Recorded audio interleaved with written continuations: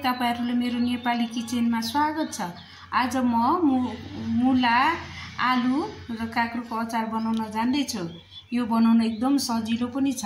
यसको लागि सबै रेसिपीहरु तयार गरौँ है त साथीहरु। अब सुरु गरौँ यसलाई चाहिने सामग्रीबाट। फर्स्टमा मैले उसिनेको आलुलाई पिस-पिस गरी काटेर लिएको छु। यो मुलालाई पिस-पिस गरी काटेर लिएको छु। अनि यो काँक्रोलाई पिस-पिस गरी काटेर लिएको छु। यसको लागि चाहिने मसलाहरु सबभन्दा पहिला नुन हो। नुन पछि मैले यो खुर्सानीको धुलोलाई लिन्छु। खुर्सानी धुलोको साथसाथमा हरियो खुर्सानीलाई पिस-पिस गरी काटेर लिएको छु।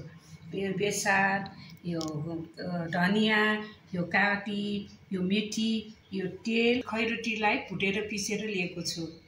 यो आलुलाई यसमा राख्दै छु।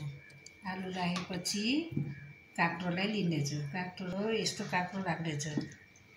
काँक्रो अनि यसपछि मुलालाई यो आलु अलिकति थपौँ। आलु अलिकति नफुला जस्तो लागेर अलिकति थपौँ। अब यसको लागि फर्स्टमा हामीले पहिला राख्ने भनेको नुन हो। नुन आफूले स्वाद अनुसारको नुन राख्नु हो।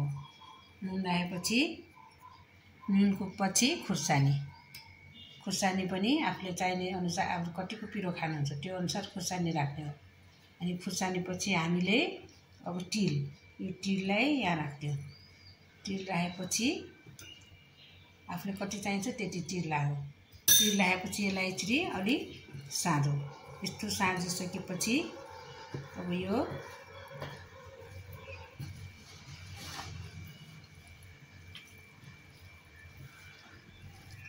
यसलाई अनि हामीले हरियो खुर्सानी पनि राखौँ। यहाँनिर हाल्दियौँ। हरियो खुर्सानी यहाँनिर हालेपछि अब यसको लागि तेल चाहियो। तेललाई एउटा सानो प्यानमा डढाउन जान्दैछु म। यसमा तेल हाल्न जान्दैछु। आफूले कति चाहिने अनुसार तेल हाल्ने हो।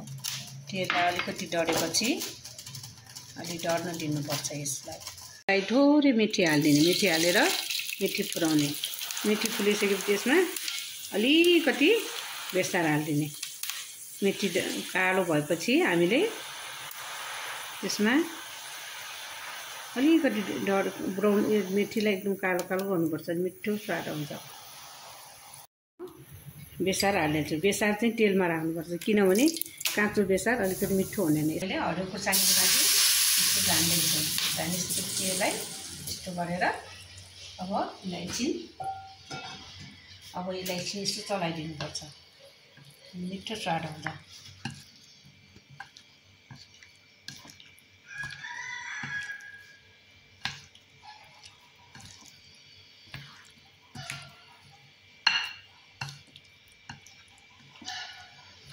हामीले यसमा कागती राख्दैछौँ। कागतीले गर्दा अमिलो टेस्टी हुन्छ।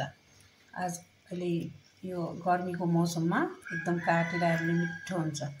यो आफूले पुग्दैन होला यो अर्को हात पनि थप्दियौ।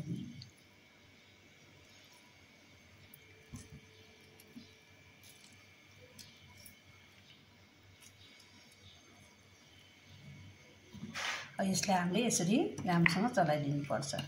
यो चलायो भने सबैतिर मसला लगाएर अमिलो मिठो टेस्टी बन्छ। मेरो आलुको अचार रेडी भइसक्यो। यसको लागि अब यसरी माथि धनिया राख्दैछु। एकदम स्वादिलो मिठो बन्यो। By by friends.